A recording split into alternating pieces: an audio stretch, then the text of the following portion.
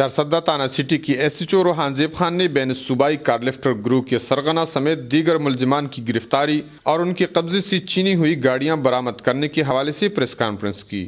ملزمان نے صوبہ بھر کے مختلف علاقوں میں 17 واردات کا اعترافی جرم کر لیا۔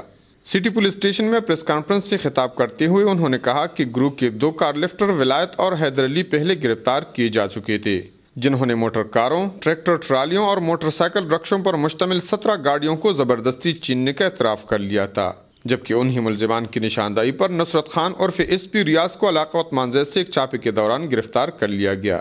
انہوں نے کہا کہ ملزمان نے ایک ہی طریقہ واردات سے ساری گاڑیاں چھین لی ہے، جس میں ڈرائیور کو نشہ پلا کر اسے اس کے کپڑوں سے باندھا جاتا تھا۔